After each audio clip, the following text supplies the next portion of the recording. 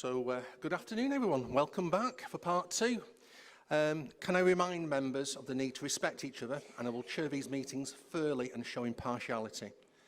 Members of the public are welcome, but should be aware that they should not interrupt the proceedings, as disruption may result in removal from the public gallery.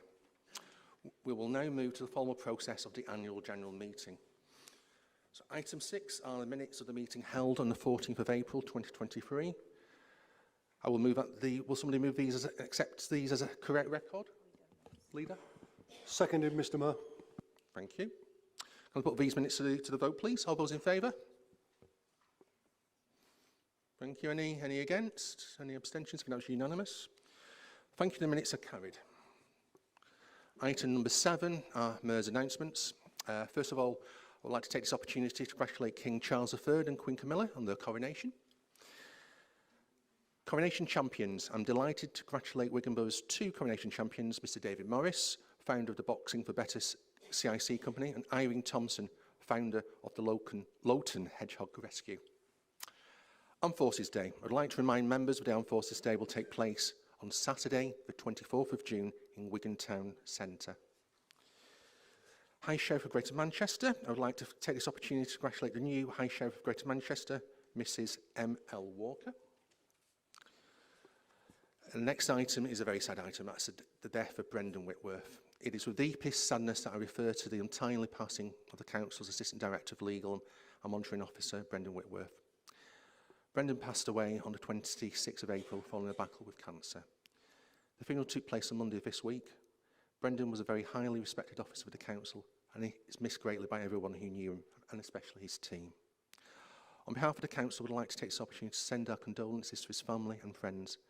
I would ask that all those who are able to stand for a moment of silence as a mark of respect for Brendan.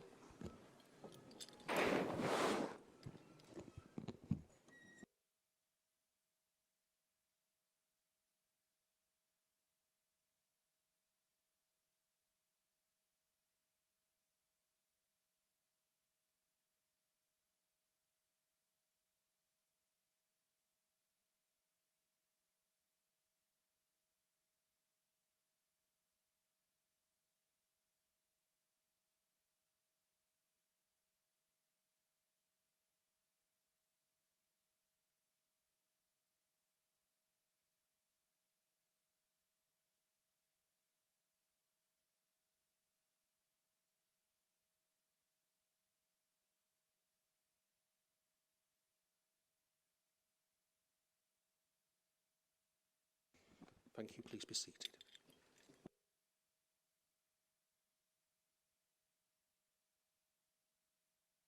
Right, so move on to item number 8, which is declarations of interest.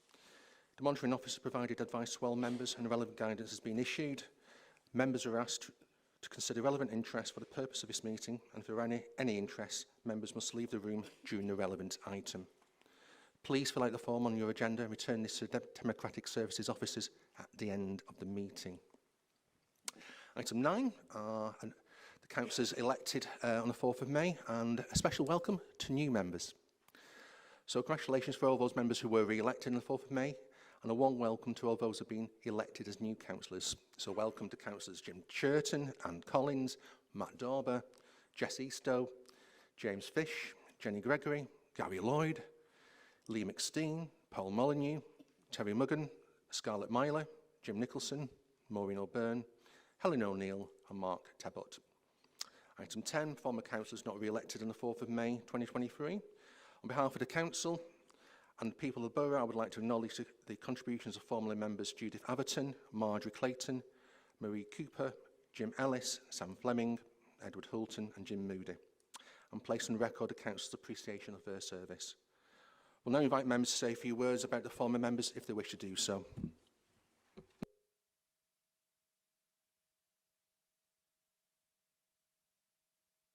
Okay, if that's the case, we'll move on to...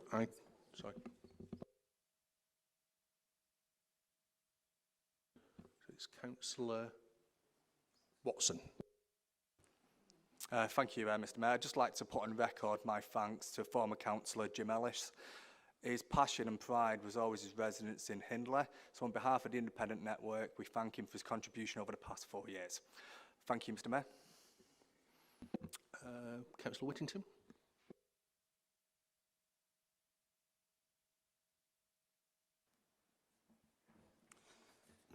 Thank you, Mr Mayor. Firstly, can I congratulate you on your election as Mayor for the forthcoming municipal year. I also wanted to put on record my thanks to all those councillors who weren't successful in the local elections, but particularly to my colleagues who I have had the privilege of serving with over the last few years. In Orrell, Marjorie Clayton has served the community with great distinction over the last 2 years, taking over from her late husband, Richard Clayton, who I'm sure you all know. In the Lee constituency, we saw 2 councillors unsuccessful at this time, around Marie Cooper, who was elected at the same time as Marjorie in 2021 and served the people of Lawton with great dedication, over the last 2 years. Maria served the Lawton East ward where she served alongside Edward Hulton. This is the last term that Edward completed. Was his second different spell on the council for Lawton East. In the last 12 months, Edward served as deputy leader, and I know that Stephen Evans was grateful for the support that Edward gave him. I also know that Edward was very passionate about ensuring that people received a fair deal from the council. The amount of work he did with the Sen community was amazing, and he didn't matter where people lived, he was willing to help, a true advocate and a caring councillor. But last, and by no means least, I wanted to pay tribute to my friend and community worker, Judith Atherton. Judith has come back onto the council last year after serving from 2008 to 2012. During that period, she was also mayoress. Judith never stops working in the local community, and if you cut her in half, you would see Standish running through her. I will certainly miss working alongside Judith as a councillor, but I won't be losing her as a community worker. Judith is involved in so many local projects. It's simply unbelievable the amount of work that she does, as well as being a trustee and committee member of the Mayor of Wigan's Charity Committee. So Judith may not be a councillor anymore, but her positive contribution to the community in Standish will certainly carry on. In summary, all my former colleagues have in common was that they weren't councillors and political activists that became active in their local community. They were community activists that became councillors, but they put their community and public service at the heart of everything they did. And who knows, we may even see them back in here in this council chamber. But until then, I'd just like to say thank you to Marie, Marjorie, Edward and Judith for everything that you have done for this council and your local community. Thank you, Mr Mayor.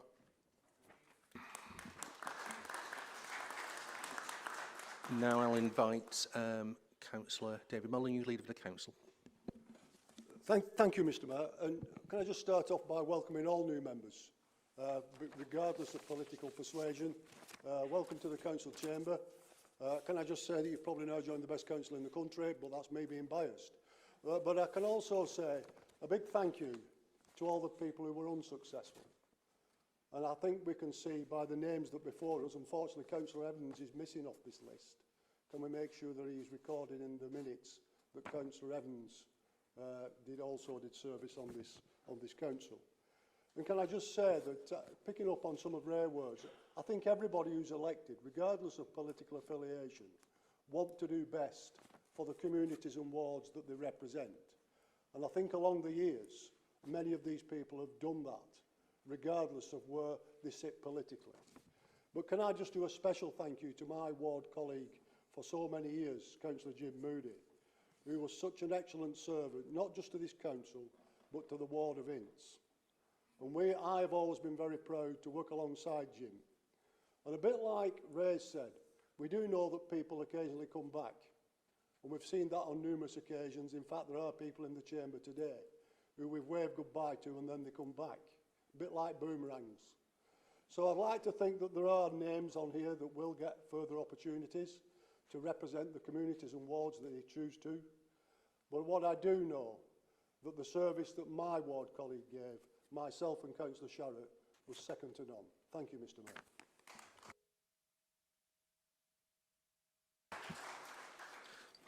Thank you, Leader. We move on to item 11, which is public speaking at Council. Following a motion to Council in April 2022, that's minute 52 refers, members were tasked with examining whether members of the public should be allowed to ask questions of members of the Cabinet prior to the ordinary full Council meetings. The report on page 19 of the agenda outlines recommendations of the Constitution Working Group to full Council in relation to public questions at Council. I would invite the leads to move the recommendations within the report. Happy to move, Mr Mayor. Okay. Are the recommendations seconded? Beg to second, Mr Mayor. Thank you. Are there any members wishing to contribute on this item? Councillor Watson, I think.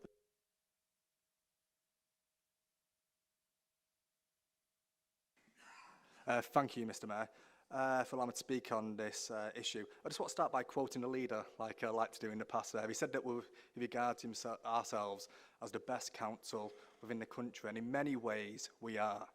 But the issue has been, number one, there's only one place you can go, and that is backwards and down the pecking order. And I feel that by not giving this opportunity to members of the public to ask these questions, we're only going to go backwards as a council. Now, I look at the report and I look at the risks and I look at the issues for why this report wasn't passed. And the first one states that resources and time would be required to facilitate questions to the public at ordinary full council meetings. Now, bearing in mind that portfolio holders have an unlimited amount of time, yeah, and this can go on and sometimes and on, and sometimes and on and on and on. Really, that should be a risk and an issue going forward for all of us in the council chamber. And the second issue, that members may be subject to abuse by members of the public with these questions. Well, if you look at how other councils conduct their questions from the public, they're obviously vetted by the monitoring officer and screened prior to the full council meeting. And then if these are read out at the council meeting as per questions from members to the leader or the relevant portfolio holder, I just think very strongly going forward, we need to offer our residents this opportunity so we all can be held accountable, not individually, but collectively as well as a council. So thank you for allowing me to speak on this, Mr Mayor. Councillor Whittingham next. Just a correction, it's Whittingham, not Tun. Nothing to do with Lord Merham, London. I'd just like to ask for a request of a recorded vote on this, Mr Mayor. So we need 10 people to request that. Is there something you're afraid of, though? I mean, does it matter that there's only 9 of us? What's wrong with a recorded vote? Can you please remain quiet when I'm speaking? So the Constitution states, I understand, that we require 10 members to request a recorded or named vote. And I'm just asking the question, do we have those 10 members?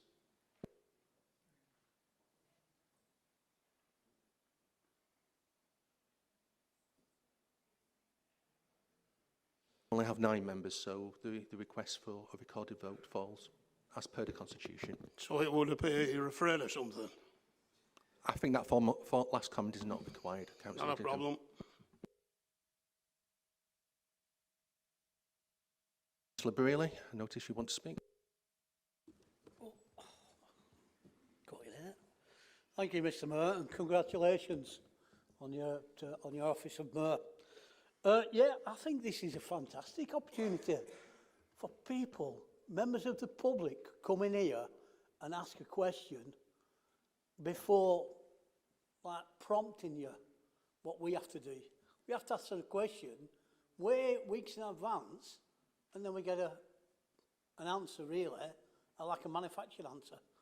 But I can recall being on the Democratic Week, and what a fantastic opportunity we had to speak to kids who just come out with it and ask simple questions and got simple answers. And that's what this is all about. We represent the people. The people need to come in here and ask questions, and it shouldn't be an issue. I think we should try it and see how it goes. Instead of rejecting it now, it's going to be rejected. We know that. But I think we should just take the opportunity to invite one person to come in and do it. A lucky dip. Have a lucky dip. I think it would be democratic, and it's been fantastic for this best councillor in Britain, best councillors in Britain. Thank you, Mr. Mayor. Thank you. Can I move to Councillor Cunliffe? Did you want to... Councillor Fish, I understand, wants to contribute now. Thank you, Mr. Mayor. So 3 weeks ago, we all went through a democratic process of asking our residents to listen to our voice and elect us in this chamber. And by voting against this afternoon, we are basically saying to our members that we don't care about your voice, and that simply is not democratic. People in this chamber need to start realising that we are elected by the people outside them four walls. And if we vote against this afternoon, you need to go back to your members and state that you don't care what your residents' views are, and that's not democratic. Thank you, Mr. Mayor. Councillor Cunliffe, do you want to contribute? Thank you, Mr. Mayor, and congratulations on your appointment as Mayor and to Sam as Mayoress. And I hope you have a very successful year. Interestingly enough, this was considered by the Constitution Working Group, at which none of the opposition members turned up to express their opinion. So if it's so important to them, none of them attended the Constitution Working Group meeting that discussed this matter. I think one of the things that, I mean, this was brought purely as a political gesture to try and make a point, and I think it's a bit absurd of Councillor Whittingham talking about hiding things, because he's a Conservative. We have a Conservative government. They don't allow public questions in the House of Commons. And we have a representative democracy. So already within the council, every councillor has an email address which is public. Every councillor has a phone number at which they can be contacted. We have an Ask the Cabinet a Question facility for people to ask questions. And so this is about giving people opportunities to ask questions. And of course, every single one of us is a representative of our community. And the public in our communities can approach us, get us to ask the questions through the council at council meetings. But bear in mind that council meetings are for the purpose of carrying out business. And this really would give an opportunity for people to come and showboat. If they want answers to the question that they wish to ask, there are already a number of ways in which they can do that. And so this is a bit of I think it was Councillor Winstanley who first mentioned it. Ex-Councillor Winstanley, yes. And I just think that was brought about to make political mischief. But there are plenty of opportunities for the public to ask questions. The council meeting is about the business of the council. There are plenty of opportunities for any of the public to speak to us personally, to contact us through the email, through telephone, through the Ask the Cabinet, and to make things known to each and every one of us to bring up on their behalf within the council meeting. So I think what we've ended up with is reasonable and sensible, and I just support the recommendation of the Constitution Working Group. Thank you.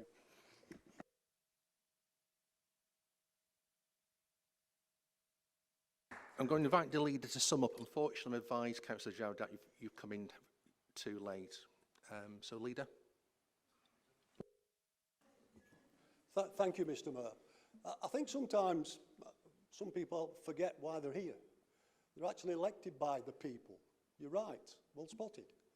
And that gives them the opportunity to speak to you raise questions. And can I just say that many of your colleagues do, and they do it on a regular basis. But what does amaze me is that I've just heard two speeches from two different groups, or three different groups, I'm not quite sure these days, but three different groups, all of whom were given the report that was going to the Constitutional Working Group, to their leaders. They were given the opportunity to comment on that report. They were given opportunities to attend the meeting, and they didn't.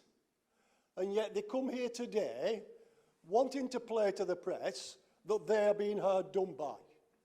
Now, we're getting used to this now. Can I just ask, I'm not interrupted, Mr. Mayor? Yeah, please. We did not get all this information. Can you just...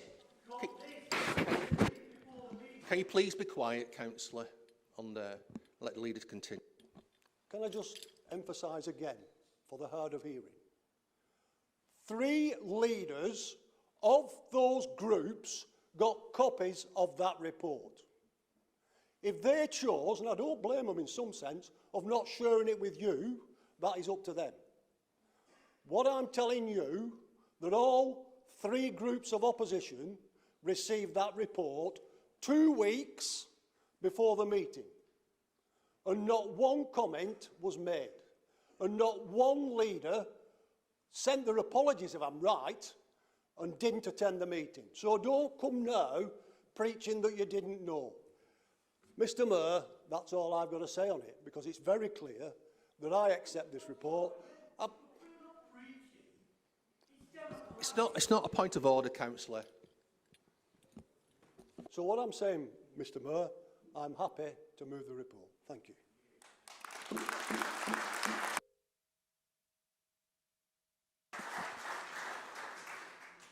I will now move to the vote.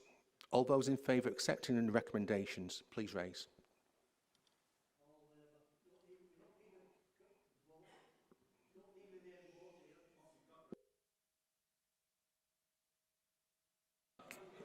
All those against, please. Okay.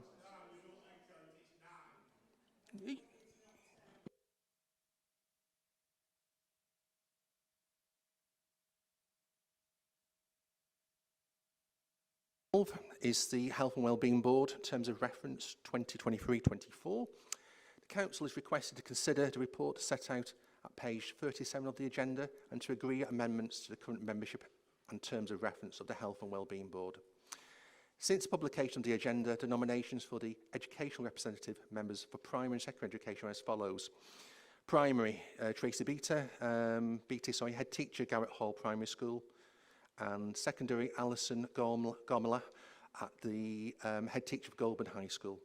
I invite the leader to move the recommendations within the report. Pleasure to move, Mr. Mayor. Have I seconded? Back to second, Mr. Mayor.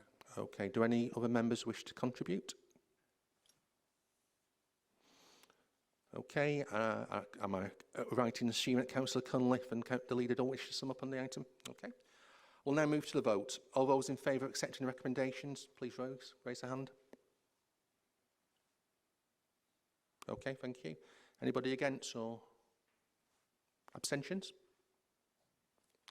Okay, so the vote's carried. Item number 13 is membership of Cabinet and committees for 2023-24. The Council is requested to appoint its committees for the next municipal year. Appointments to committees must be made either in accordance with the political balance rules or under an alternative scheme against which there has been no contrary vote. The nominations, including votes for Chair and Vice Chair, are set out in the report. I invite the leader to move all the appointments within the report as per the nominations set out in the supplementary agenda. Happy to move the report. Are the recommendations seconded? Beg to second, Mr Mayor. Okay, do any other members wish to contribute? I will move to the vote. Sorry, Councillor Brierley. It's a bit tight here. Council, thanks to you, Mr Mayor. I just want to ask a simple question, really. The nomination for leader, Councillor Molyneux, can he assure me that all respect is shown to every councillor in all aspects of the role as a councillor, and that, if requested, a meeting with the leader over issues what may occur? Can I have assurance of that before voting, please? Is that a question to me, Mr Mayor? I think it is. If you wish to answer, of course, Leader. Well, I've nothing to answer to, Mr Mayor. I'm part of a political group and I am answerable to my political group. Thank you, Mr Mayor. About.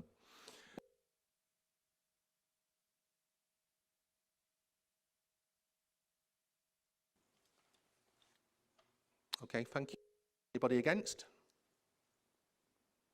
Thank you. Any abstentions? Okay.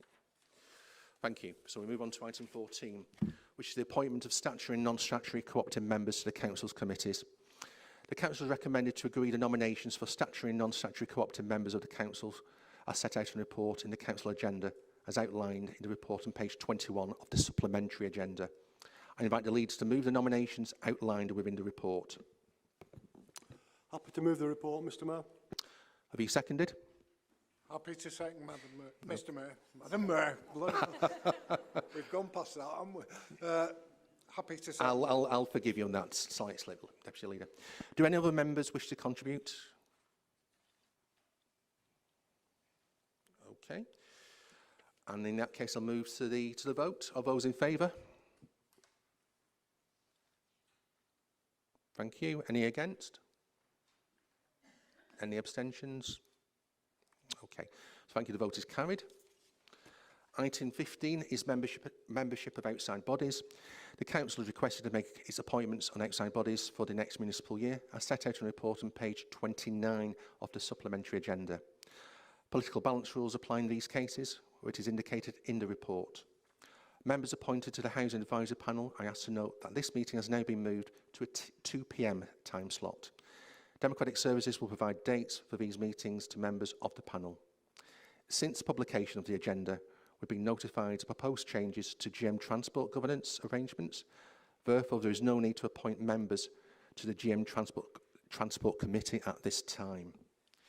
In addition to the attached report, further nominations have been received for the following outside bodies. Douglas Valley Community Limited, Councillor Lawrence Hunt. Transport for the North, Audit and Governance Committee, Councillor Joanne Marshall as member of the Council, and Councillor Christine Roberts as substitute member. And finally, the People's History Museum, Councillor Andrew Bullen. I invite the leader to move the nominations outlined within the report and the further nominations. Happy to move, Mr Mayor. Okay, are they seconded? Thank you. Do other members wish to contribute? In which case, we'll move to the vote. All those in favour of the recommendations, please show. Thank you. All those against? Okay, so the vote is carried. Thank you. And that concludes the business for this afternoon. Have a safe journey home. Thank you for your attendance.